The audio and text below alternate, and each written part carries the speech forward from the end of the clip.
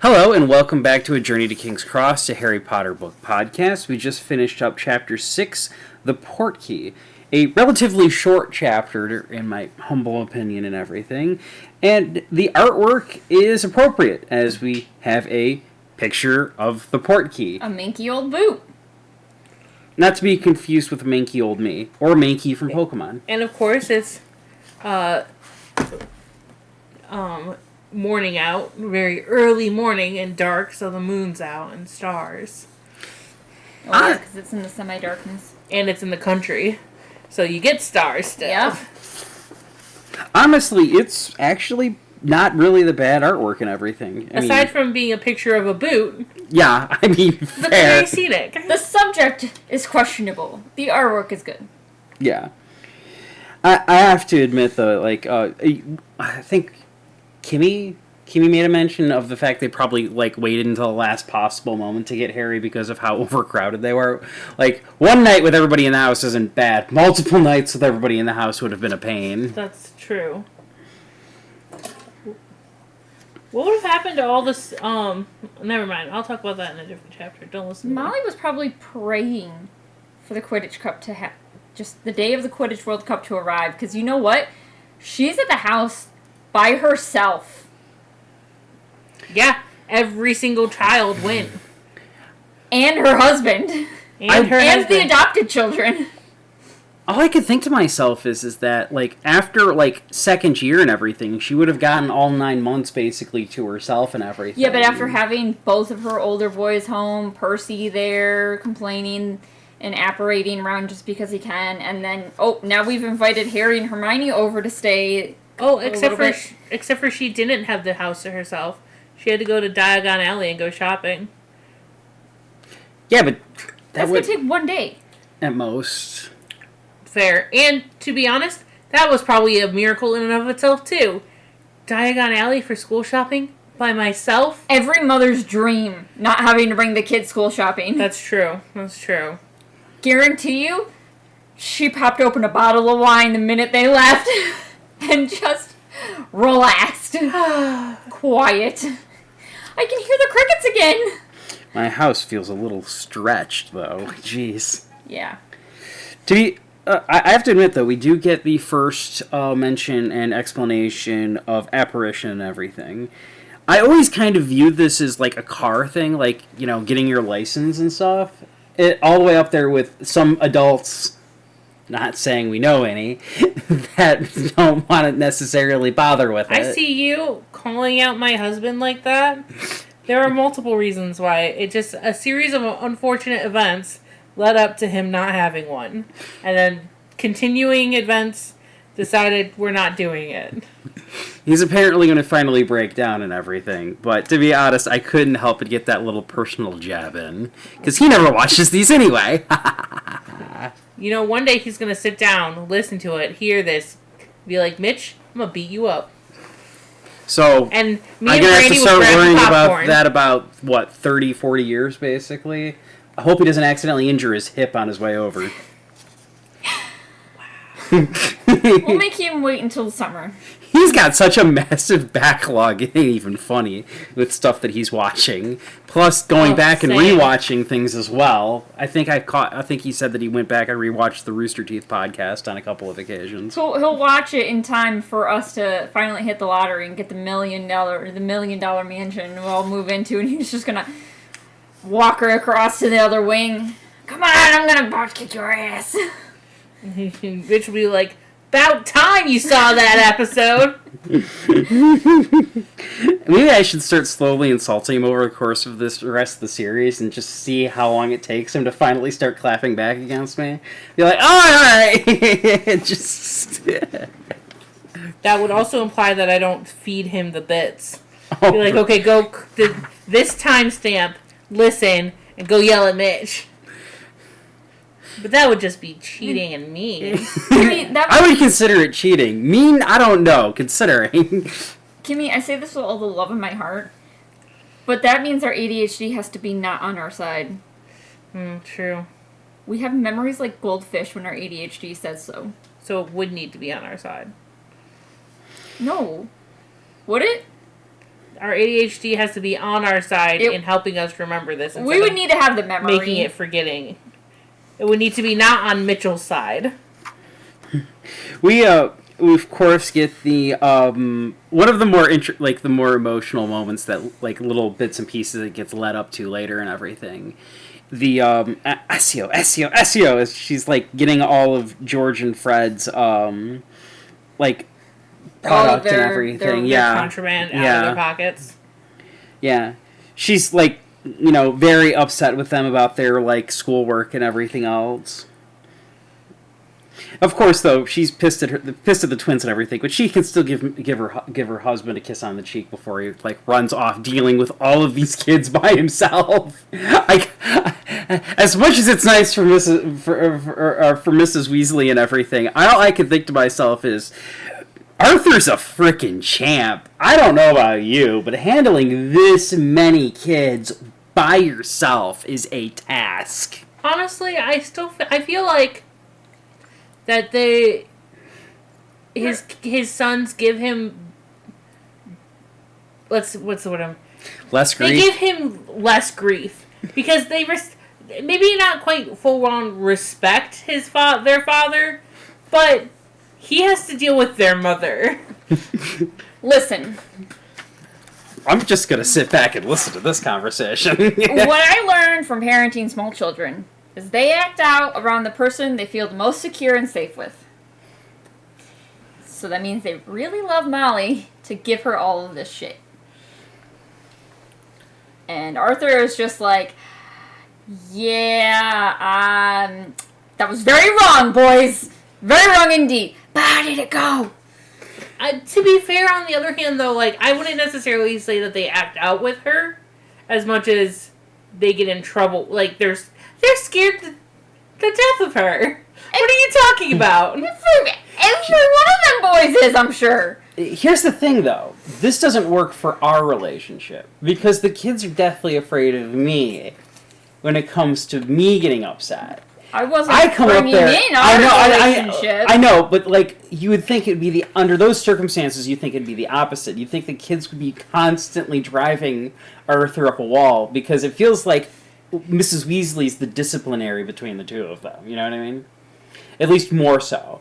I think there was a moment where the twins screwed over, tried to get Ron to do an unbreakable vow and everything, and, like, Arthur lost it on both of the twins. No, I think it was Molly. No, it was Arthur.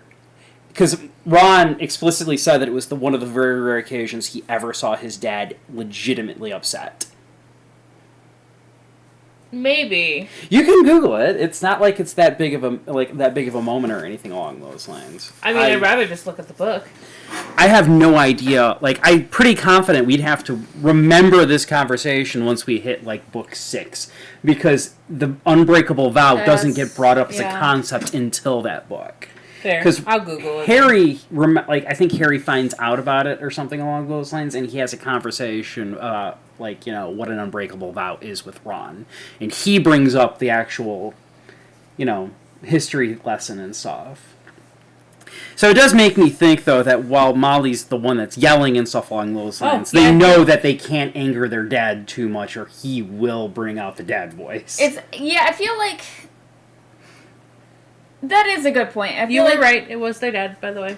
I feel like looking back at my childhood, when my mom yelled, it wasn't like, oh shit, mom's mad. We're in trouble. We've messed up big. Because my mom always yelled at us. But when my dad yelled at us, that's when the punishment actually came. Born in the 90s, a child in the 90s, physical corporal punishment was a thing. So I got the belt. So when Dad got mad and he yelled, there was a very real chance the belt was coming. Spoons. So my family had spoons. I didn't ever really blink when my mom got mad at me. But when my dad got mad, so basically, she hit the fan. Yeah. This actually still tracks. Yeah. Yeah. I think it's more like that they're more willing to behave a little bit for their father and not necessarily, maybe like give him a little bit of grief back, but like they're not, you know. they know they're going to a really fun thing and everything, and that if they cause too much like trouble and stuff, this could theoretically ruin it for everybody. So it's like everybody's, and not to mention nobody outside of the twins, everybody here's like been to Hogwarts on their own for an extended period of time. Like the Weasley family, the kids as individuals seem very self-reliant and everything. So it's not like what my original point was now. Yeah. We're all over the place and stuff. This isn't a really big chapter and everything. So we're making up content. We're trying to, anyway. I'm sorry for our listeners who are like, wait, what side are they on? Oh, I had a thing that was important.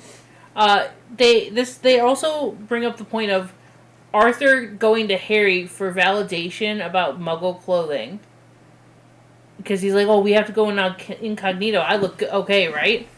Except for the fact that regularly they go to King's Crossing every year. Packed with muggles, of course. Through the muggle entrance. Because I have to assume there's non-muggle entrances to King's Cross. Because I could not see Lucius Malfoy going through the brick wall. He did go last time, and to be even more honest... Have we seen him go through the brick wall, or have we just seen him on the platform? I mean, fair. But... we would have had to in the second one because Ron and Harry are the only ones that are the two that are last. That doesn't mean that all the people go through it, though. They're just the last ones to have gone through it. The whole family was in the vehicle at the Fort Anglia. Oh, that's what I thought you meant we don't necessarily get an actual word-for-word description, but I thought you were through everybody being there and stuff. I didn't realize. Sorry, I was still going on the Lucius Malfoy, not you. Oh, sorry. Yeah, Lucius actually going through, the Muggle... he would never. It seems a little bit odd. So I feel But then again, he might not necessarily... Then again, as much as he's a dirtbag and everything, he does go out of his way for his kid, so it's like... I still think there's a wizard entrance for King's Cross. There would have to be. I can't imagine Lucius being good enough at apparition to be able to do side-along apparition, considering he gets his butt handed to him by a bunch of teenagers. Blue powder? I always kind of wondered about that, but it does confuse me as to why the Weasleys wouldn't. But then again, they did say that they had to buy Special the blue Portkey party. rooms? It's one of those things that never gets brought up. Like alternative means of transportation for those who are too snobby to take the the more the route that the main characters But also, take. why do all the kids have to go to take the train to get to Hogwarts? What if you lived at Hogsmeade? Again, I don't really know exactly how that works, but we never really hear any kids actually living at Hogsmeade. True, but it doesn't mean it's never happened. But what my point being is that there's no Arthur Weasley knows what Muggles wear, should know what Muggles wear, because he frequently interacts with Muggles. Thought process.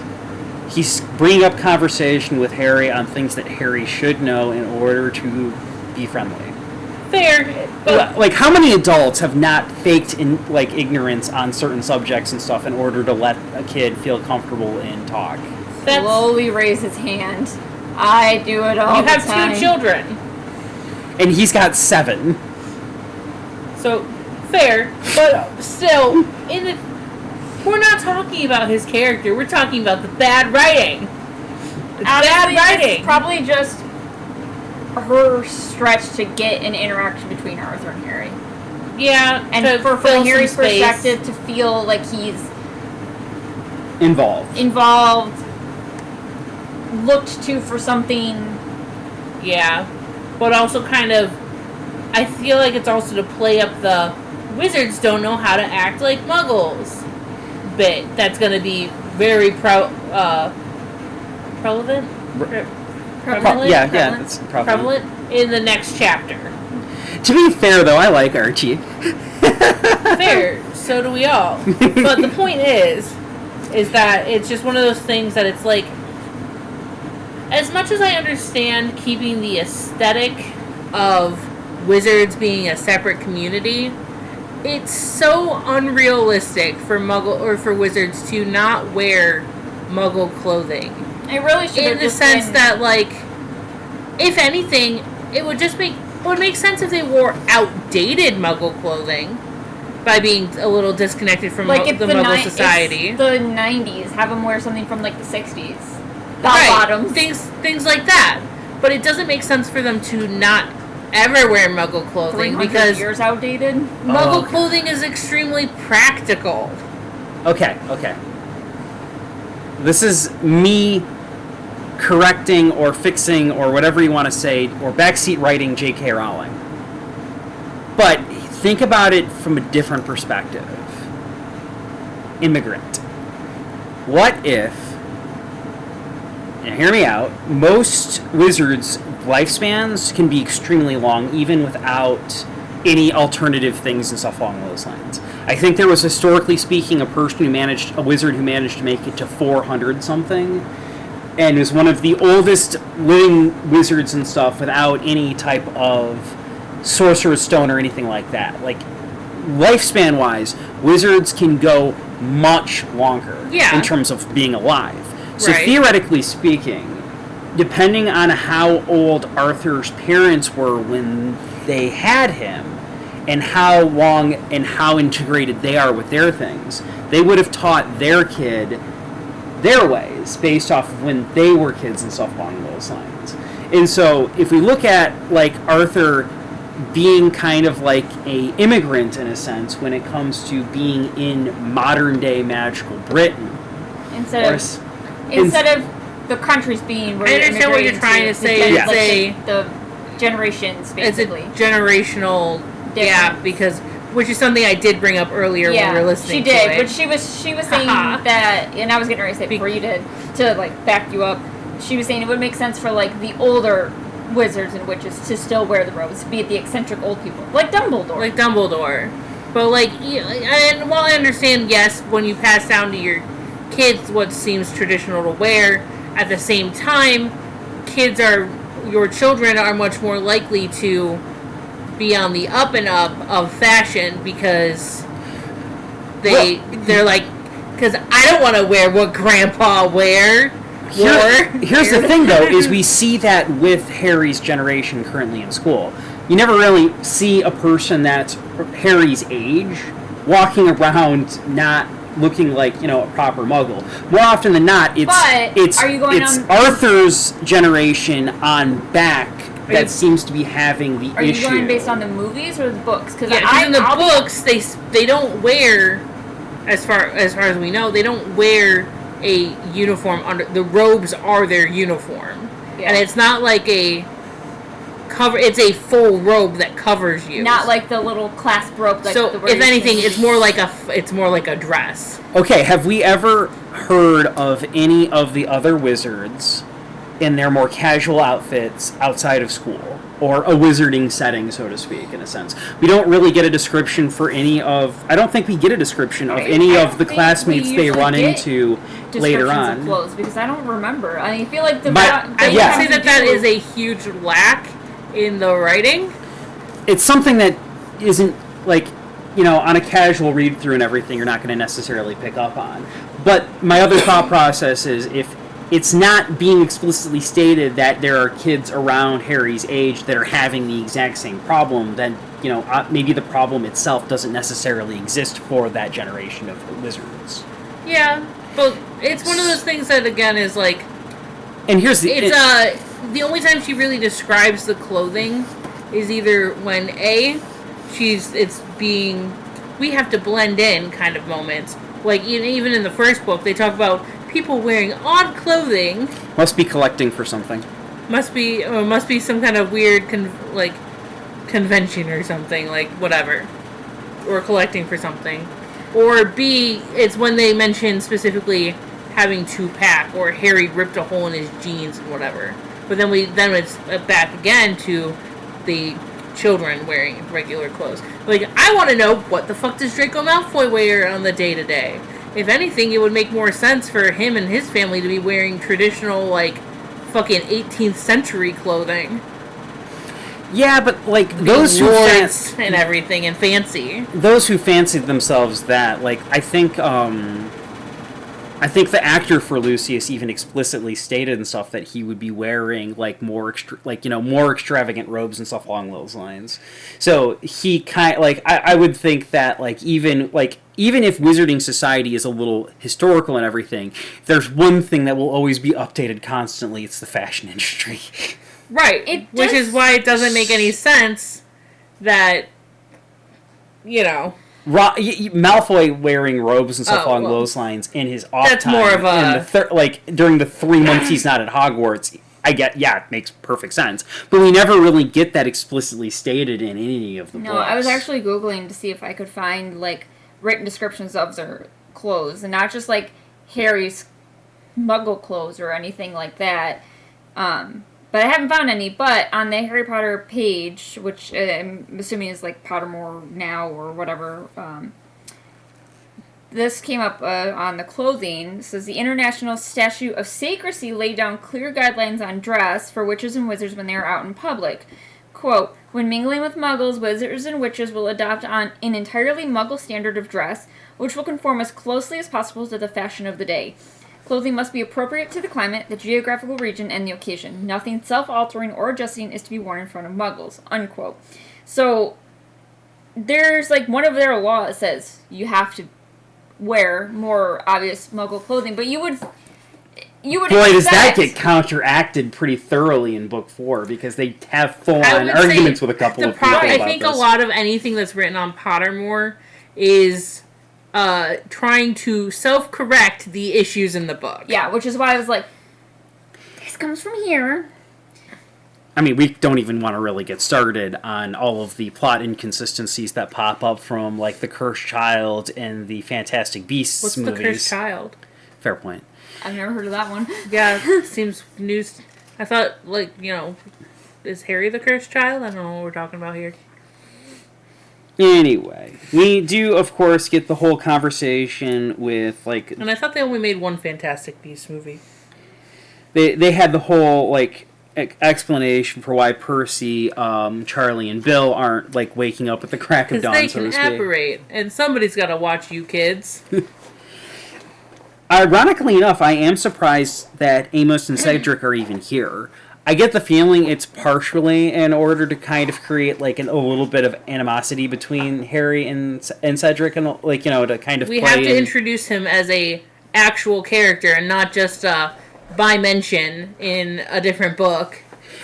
He did make an appearance in Book 3 and everything, so I guess reintroducing him. But it seems as though out of everybody who Cedric not knowing how to apparate seems a little bit wild to me, considering he goes on to be the champion. Right, because he would have had to be 17. He turns 17 by the time they can enter the tournament. Right. So he should actually have already been taking apparition classes. Yeah. Because he's in his final year at Hogwarts, or his 6th year at... But most likely his final year at Hogwarts. Yeah, and it's the previous year where they actually start teaching that and everything, if you're decently enough in the cutoff. It doesn't make... So, yep, you're right. So the only point to put him in here right now is just to... Unless, of course, Amos doesn't know how to apparate. He might not be good at it. Because he did, Arthur does say that some adult wizards don't mess with it. I'd be shocked if Cedric can't, but I'd be... I wouldn't be so surprised with Amos, because Amos kind of does seem a little... I'm not gonna... I don't know... Eccentric? I don't know if eccentric's a good word, but the fact that, Airheaded? Apparently he seems to think the greatest accomplishment his son is ever going to achieve is beating Harry in a high school Quidditch match, basically. It says... Depressing. Yeah. You're not gonna do anything with your life, it's okay. Yeah. I found that line in an old... the record books. Yeah. I found that in the Harry Potter fan fiction at one point. I could not tell you where it originally came from. But Harry actually made an offhand comment to Cedric or something about that, and basically just sort of wow, your dad must have a high opinion of you if he thinks the greatest thing you're ever going to do is beat me at a Quidditch match. Cedric looking a little eh. Looking back at this, it suddenly makes sense about why in The Cursed Child Cedric became a Death Eater. Jesus, that was the most lamest fucking plot point from that entire freaking book. It made 0 sense. Yeah, Cedric. Yeah, gets embarrassed during the Triwizard Tournament and goes full Death Eater mode. Right. Right, he feels bad that Harry died because of him, so he goes full Death Eater. We're gonna make more people die? Yeah, that makes perfect freaking sense. Like, the only thing that would make sense is that he got fucking Imperious into being a Death Eater because he was there that night. That's the only thing that would really make sense. We get the name drop for the Love Goods and everything. Yep, and because we have not been introduced to Luna yet. She's the next book.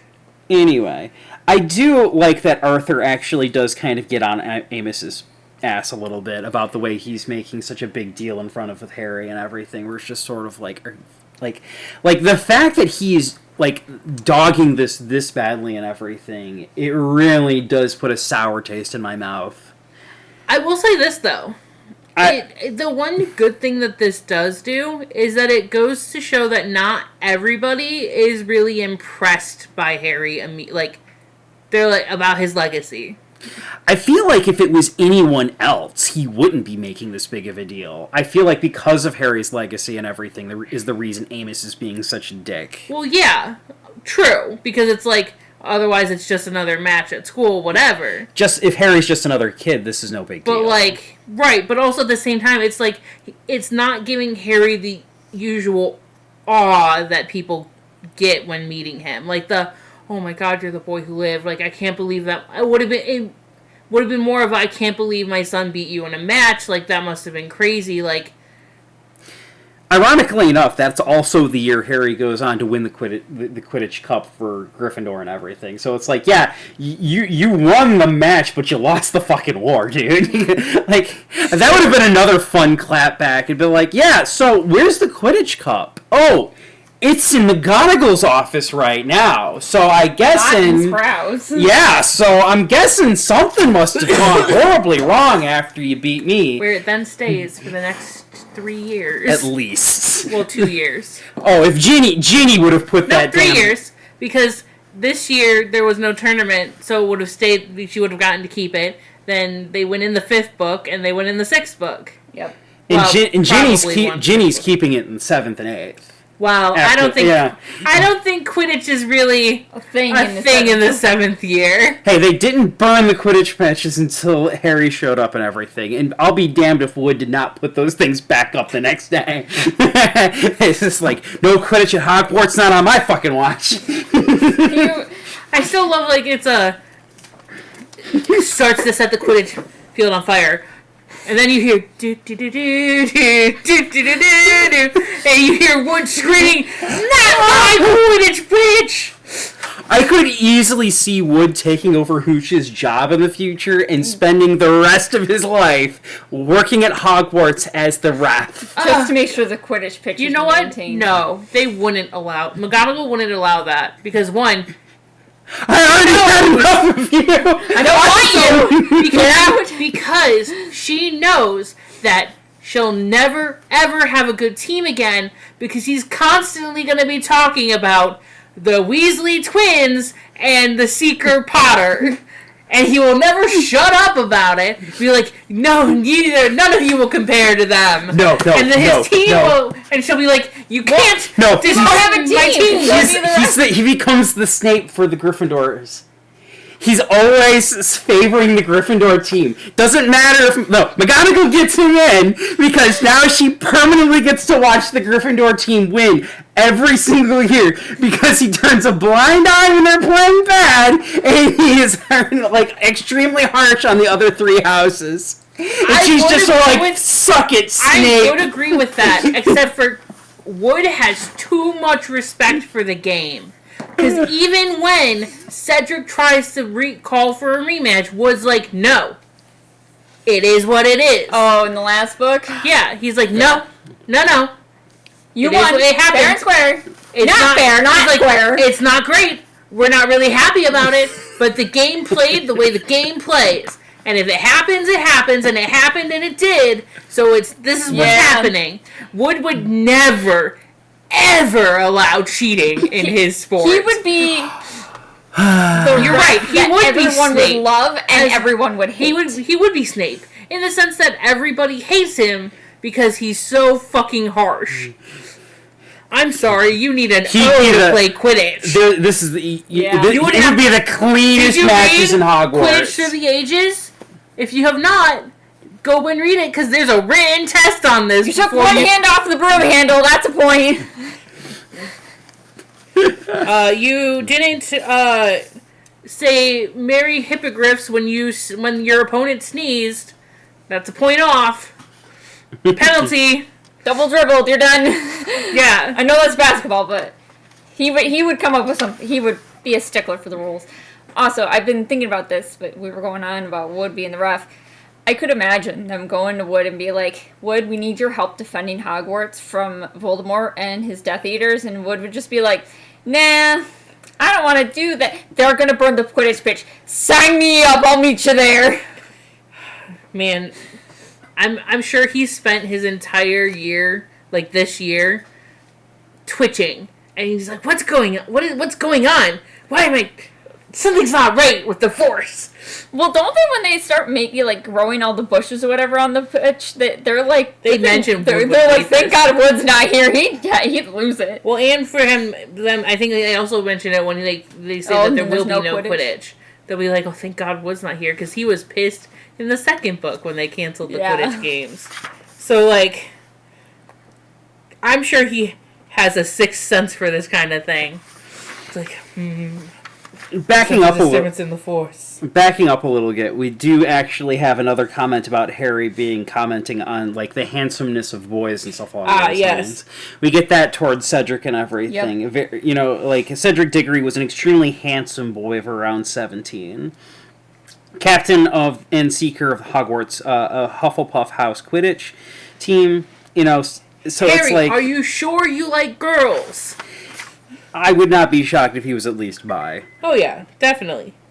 He's clearly, definitely more attracted to women, though, considering how defensive he got around Ginny in Book 6. I was like... I don't think Ginny's got too much to worry about in terms of not having any passion in the bedroom, because dude is a jealous little green-eyed beast in that fucking book. Oh, man, the second he walked in on her snogging somebody else, he was ticked. It's just because she's Ron's sister. Yeah, that's all it is. She's like my sister, right? Right? That's what this is? Right? Sure, Harry. Look, I will admit, one of my favorite things in one of the movies, he's like, but I am the chosen one. Hermione smacks him upside the back of the head. But like, yeah, I like it. Because it's one of the few times we get to see him act like a teenage boy. Because a teenage boy would 100% play that up. Yeah. The amount of... Also, that's a thought I had, because we were talking about, like, you're like, oh, are you sure you like girls? Because in the books, it's only ever Cho for a minute, and then Ginny. Like, there's no interest in any other girls, no thought okay. No, like, mental thought or whatever about, like, oh, that Ravenclaw girl is very pretty. You know, a couple of pretty girls from Ravenclaw. I think he does in this book, actually.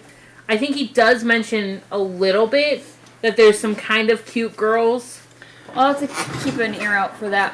But, like, in the movies, book 6, you see him, like flirting eye to eye, not, like, verbally He's flirting with that girl in the coffee shop in book 6. He's making flirtatious eyes with that girl. That's movie only. I know. I said in the movie. Sorry, you said book. That threw me off. Sorry. I went to go get myself a pop. Movie 6. Yeah. Well, she was saying later in this book, Harry makes some comments about... might notice a little bit. Well, I know. He's not... doesn't count. He doesn't get... No, of course not. She's got those Vila charms. The fact that Harry is almost impervious to that compared to most of his peers is wild to me. He's a red-blooded teenage boy. He should not be impervious to it. Man is made out of steel and only has a couple of pieces of trauma. he's a Man of Steel, and he's only got a couple of characters that are kryptonite for him, and one of them is Cho Chang, and the other one is Ginny Weasley. The other and one is Ron Weasley. I mean, Ginny Weasley.